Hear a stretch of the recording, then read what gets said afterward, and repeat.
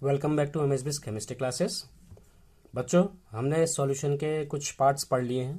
अगर आपने नहीं देखे हैं तो आप वीडियोस को सर्च करें, उसमें देखें और आपको समझ में आ जाएगा। आज हम सॉल्यूशन का नेक्स्ट पार्ट पढ़ने वाले, कंसेप्ट ऑफ सॉल्युबिलिटी। हम सॉल्युबिलिटी के कंसेप्ट को पढ़ने वाले हैं कि किस तरीके से कोई भी चीज़ किसी चीज़ में जाती है, सॉल्यूशन में बनाती है, तो उसके बाद उसके जो सॉल्युबिलिटी है वो कैसे डिफाइन की जा सकती है। फॉर एन इंस्टेंस आप समझ लीजिए कि आपके पास एक बीकर है और इस बीकर में आपके पास ए है और इसमें जो डाला जा रहा है वो बी है। अब बी जानते हैं यहाँ पर क्या होता है, सॉल्यूट, और ए यहाँ पर क्या होता है, सॉल्वेंट। सॉरी।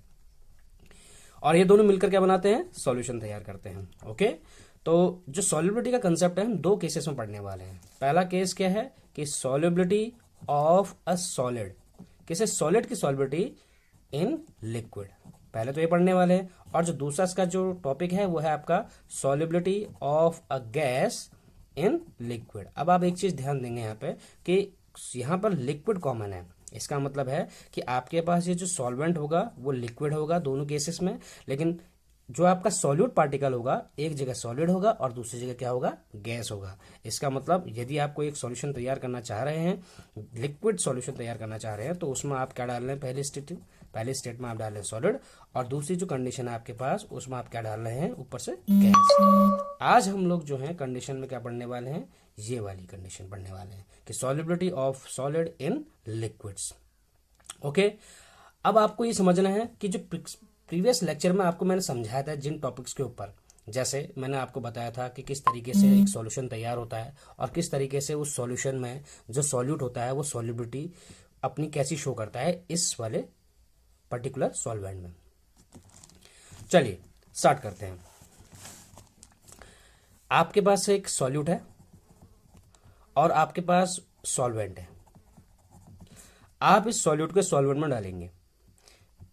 फॉर एग्जांपल, पहली कंडीशन मैंने क्या डाल दिया, सॉलिड डाल दिया, और दूसरी कंडीशन में मैंने क्या डाल दिया, गैस, जो कि आपको मैं समझा चुका हूं इस जगह पे। ओके, तो इन दोनों से बनने, और यहाँ पे सॉल्वेंट हमारा क्या रहेगा, लिक्विड कांस्टेंट रहेगा, लेकिन सॉल्यूट दो जगह चेंज होगा। तो पहली कंडीशन आप समझ चुके हैं कि आज हम सॉलिड की लिक्विड में सॉल्युबिलिटी पढ़ने वाले हैं, कि किस तरीके से उसको डिफाइन कर सकते हैं। फॉर एन इंस्टेंस आप जानते हैं सोडियम क्लोराइड, और आपने दूसरा नाम सुना होगा sugar. Okay, sodium chloride common salt होता है, शुगर आप जानते हैं। इसी तरीके से एक सॉलिड और ले लेते हैं, दो सॉलिड, नेप्थलीन है एक, और दूसरा जो आपका है उसे हम कहते हैं anthracene. Naphthalene, anthracene, sodium chloride and sugar, this all four are solids. ये नेचर इनका कैसा है, सॉलिड नेचर है, और इन्हीं को हमें क्या करना है, इस लिक्विड सॉल्वेंट में क्या करना है, ऐड करना है। ये सॉल्वेंट आपका कैसा है, लिक्विड सॉल्वेंट है। एज आई ऑलरेडी मेंशन्ड है कि आपका जो सॉल्वेंट रहेगा वो क्या होगा, लिक्विड होगा। अच्छा, ये बताइए कि ये जो लिक्विड सॉल्वेंट है इसका भी कोई ना कोई नेचर होगा। फॉर एग्जाम्पल, आपके पास पहली कंडीशन मैंने वाटर दे दी और दूसरी कंडीशन मैंने आपको बेंजीन दे दी। अब आप यह सोच रहे होंगे कि यहाँ पर वाटर और बेंजीन ही क्यों लिया। एक्चुअली वाटर और बेंजीन को हम एज ए यूनिवर्सल सॉल्वेंट ले लेते हैं, लेकिन कंडीशंस पे। कंडीशन कौन सी है, आपने सुना होगा डायपोल्स के बारे में, सुना होगा आपने कभी। What are dipoles? डायपोल्स जिसमें दो पोल्स जनरेट हो जाती हैं, अपोजिट चार्जेस जनरेट होते हैं, पॉजिटिव नेगेटिव चार्जेस का फॉर्मेशन होता है। तो वहीं से जो टर्म निकल के आता है उसे हम बोलते हैं पोलैरिटी। जो पार्टिकल, जो मॉलिक्यूल आपकी पोलैरिटी शो करता है उसको हम कौन सा मॉलिक्यूल बोलते हैं, पोलर मॉलिक्यूल। और जो ऐसी प्रॉपर्टी शो नहीं करता उसको हम क्या बोलते हैं, नॉन पोलर मॉलिक्यूल्स। तो इसी तरीके से जो मैंने आपको सोडियम क्लोराइड, शुगर बताया है, ये आपके पोलर में आ जाते हैं, और नेप्थलीन जो होता है, एंथ्रासीन, ये आपके नॉन पोलर सॉल्वेंट्स में आते हैं, नॉन पोलर सॉल्यूट्स। इसी तरीके से वाटर आपका कैसा होता है, पोलर होता है, और बेंजीन आपका कैसा होता है, नॉन पोलर। अब आप समझ चुके हैं कि यहां पर वाटर पोलर है और यहां पर सोडियम क्लोराइड, शुगर भी क्या है, पोलर है। तो यहां पर सॉल्युबिलिटी समझने के लिए हमें एक और कंसेप्ट समझ में आना चाहिए कि कोई भी जो आपका पोलर सॉल्यूट होगा वो सिर्फ पोलर सॉल्वेंट में ही डिसॉल्व होगा। इसी तरीके से आपके पास अगर कोई नॉन पोलर है सॉल्यूट तो वो आपका नॉन पोलर सॉल्वेंट में डिसॉल्व होगा। तो ये कंसेप्ट आपके दिमाग में अच्छे से बैठ जाना चाहिए। ऐसा क्यों होता है इसको अभी डिस्कस करते हैं। Polar polar, non polar non polar, इसको हम लिख सकते हैं कि लाइक डिसॉल्व्स लाइक, जिसका नेचर जैसा होगा वो उसी पर्टिकुलर सॉल्वेंट में डिसॉल्व होगा। यदि ऐसा हो जाए कि पोलर को मैं नॉन पोलर में ऐड करना चाहूं तो डिसॉल्यूशन नहीं हो पाएगा ठीक तरीके से। ये डिसॉल्यूशन अभी हम पढ़ने वाले हैं, मीन्स कोई भी पार्टिकल जो पोलर नेचर शो कर रहा है वो नॉन पोलर वाले सॉल्वेंट में ठीक से डिसॉल्व नहीं हो पाएगा। ओके, ऐसा क्यों होता है कि like dissolves like, polar polar में ही डिसॉल्व होता है? एक्चुअली जो इसका कारण होता है because of their inter molecular interactions. Actually जो इनके इंटरमॉलिक्यूलर इंटरैक्शंस होते हैं वो कैसे होते हैं? सिमिलर होते हैं। Because of their similar intermolecular interactions ये क्या करते हैं? बॉन्ड फॉर्मेशन बहुत अच्छे से कर पाते हैं और एक दूसरे के साथ जुड़ने की कोशिश करते हैं। और जहां बॉन्ड्स फॉर्मेशन स्टार्ट हो जाए तो वहां पर आप जानते हैं कि आसानी से वो सॉल्यूट उस सॉल्यूट में क्या हो जाएगा? डिसॉल्व हो जाएगा। इतनी बातें आपको समझ में आ गई हैं। अब इसको समझने के लिए कि पोलर मॉलिक्यूल पोलर सॉल्यूट है, पोलर सॉल्वेंट में डाला जा रहा है, या नॉन पोलर सॉल्यूट है, नॉन पोलर सॉल्वेंट में डाला जा रहा है, इसको समझने के लिए आपको दो कंसेप्ट और पढ़ने की बहुत जरूरत है। अगर आपने कोई भी सॉल्यूट डाला है किसी सॉल्वेंट में, और सॉल्वेंट यहाँ पे दो प्रकार के हो जाएंगे, एक हो जाएगा पोलर और दूसरा क्या हो जाएगा? Non polar. इसी तरीके से सॉल्यूट भी दो प्रकार के होते हैं, एक होता है पोलर और दूसरा क्या होता है? Non polar. अब आप यहाँ पे समझ सकते हैं पोलर को पोलर में डिसॉल्व किया जाएगा और नॉन पोलर को नॉन पोलर में डिसॉल्व किया जाएगा। ओके, और इसकी वजह से आपका क्या तैयार हो जाएगा? एक सॉल्यूशन तैयार हो जाएगा। सॉल्यूशन जब तैयार होगा तो उसके बाद आपको एक दो कंडीशंस पढ़नी है। यहाँ पे दो कंडीशंस आती हैं। पहली कंडीशन जो होती है उसको हम बोलते हैं आपका डिसॉल्यूशन, और दूसरी जो कंडीशन होती है इसको हम कहते हैं क्रिस्टलाइजेशन। ये दो प्रोसेस आपस में साइमल्टेनियसली अकर करते हैं। जब कभी भी हम सॉल्यूट को सॉल्वेंट में ऐड करने की कोशिश करते हैं तो ये दो जो प्रोसेस होती हैं ये आपस में चलती रहती है, और इन्हीं प्रोसेस के चलने की वजह से हम सॉल्युबिलिटी को डिफाइन करते हैं। तो आपको इतना चीज समझ में आ गई है, तो आगे हम पढ़ते हैं डिसॉल्यूशन के बारे में। डिसॉल्यूशन प्रोसेस होती क्या है? एक्चुअली देखिए, जैसे आपके पास एक बीकर है, पहले हम यहाँ पे क्या समझते हैं? डिसॉल्यूशन को। डिसॉल्यूशन में होता क्या है? आपके पास एक बीकर है और बीकर में आपने क्या किया? सॉलिड सॉल्यूट लिया। सॉलिड सॉल्यूट इसलिए ले रहे हैं क्योंकि अभी हम सॉल्युबिलिटी ऑफ सॉलिड पढ़ रहे हैं। ओके, और आपने ये आपका सॉल्यूशन तैयार हो चुका है किसमें? एक लिक्विड सॉल्वेंट में।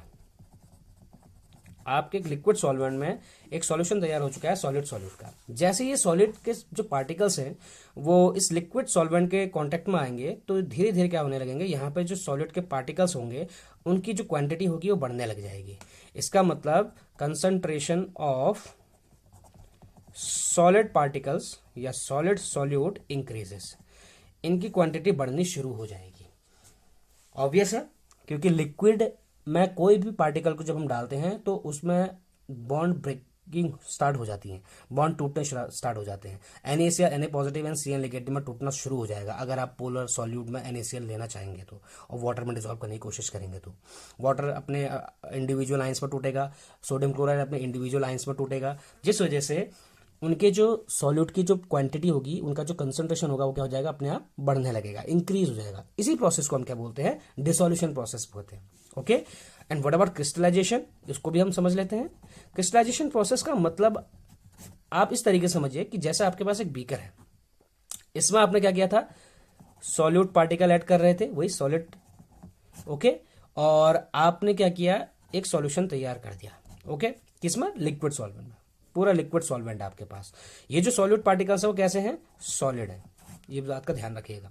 जैसे ही इसके अंदर जाएंगे और इनकी जो कंसंट्रेशन टर्म बढ़ने लग गया था, इसका मतलब इनके जो पार्टिकल्स हैं उनकी क्वांटिटी बढ़ती रहेगी। क्वांटिटी बढ़ने की वजह से रश हो जाएगा। इसका मतलब यहाँ पे बहुत ज्यादा क्या हो जाएगा? पर यूनिट एरिया में इतने ज्यादा पार्टिकल्स होंगे कि वो एक दूसरे के करीब आने लगेंगे, और एक दूसरे से करीब आएंगे तो इन दोनों के बीच में क्या हो जाएगा? कोलिजन होगा। इसका मतलब these particles they will collide with each other. ये पार्टिकल्स क्या करने लगेंगे? एक दूसरे का कोलाइड करने लगेंगे। और जब ऐसा होगा, जब दो पार्टिकल्स कोलाइड करते हैं तो उसके बाद उसके जो कुछ कण होते हैं वो धीरे धीरे सेटल डाउन होने लग जाते हैं पार्टिकल्स में। Means at the bottom of the beaker, उस बीकर के बॉटम में धीरे धीरे वो सेटल डाउन होने लग जाते हैं। इसका मतलब they will collide with each other and they will get separated out of the solution, separated out of the solution.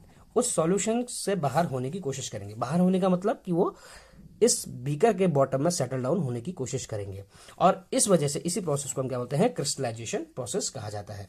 तो आपको डिसोल्यूशन प्रोसेस भी समझ में आ गई, क्रिस्टलाइजेशन प्रोसेस समझ में आ चुकी है।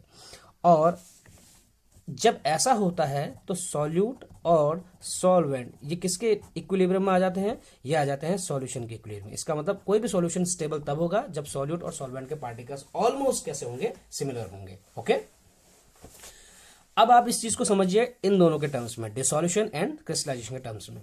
जब डिसोल्यूशन प्रोसेस क्रिस्टलाइजेशन प्रोसेस के किस स्टेट में आ जाए, डायनेमिक इक्विलिब्रियम में आ जाए, तो ऐसी कंडीशन में वो जो आपका सॉल्युबिलिटी कंसेप्ट है उसको डिफाइन की जा सकती है। क्यों? क्योंकि डिसोल्यूशन का मतलब क्या है कि number of solute particles going into this solution, और क्रिस्टलाइजेशन का मतलब है number of solid particles separating out of the solution. अब आप समझ पा रहे होंगे यहाँ पे दोनों टर्म्स को अगर कोरिलेट कर पाएंगे तो आपको ये चीज समझ में आएगी कि जो नंबर ऑफ पार्टिकल्स, जहां पे नंबर ऑफ सॉल्यूट पार्टिकल जो थे वो आ रहे थे, जितने इस number of solute particle dissolution process में अंदर इस सिस्टम के अंदर बन रहे थे, उन वो उस कंडीशन के बराबर हो जाए। किस कंडीशन के? कि क्रिस्टलाइजेशन प्रोसेस के कंडीशन के बराबर, कि उतने ही पार्टिकल्स, उसी के बराबर के पार्टिकल्स लगभग सेपरेट आउट होने शुरू हो जाए। जब ऐसा होता है तो दोनों कंडीशन क्या कहलाती है, डायनेमिक इक्विलिब्रियम कंडीशन कहलाती है।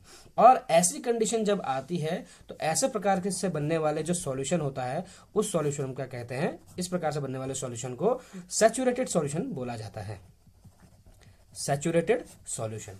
और सैचुरेटेड सॉल्यूशन का मतलब क्या हो गया? सैचुरेटेड सॉल्यूशन का मतलब ये है कि जो सैचुरेटेड सॉल्यूशन होगा वो नंबर ऑफ सॉल्यूट पार्टिकल्स जो उस पर्टिकुलर सॉल्यूशन में प्रेजेंट है उसके साथ वो डायनेमिक इक्विलिब्रियम में होगा।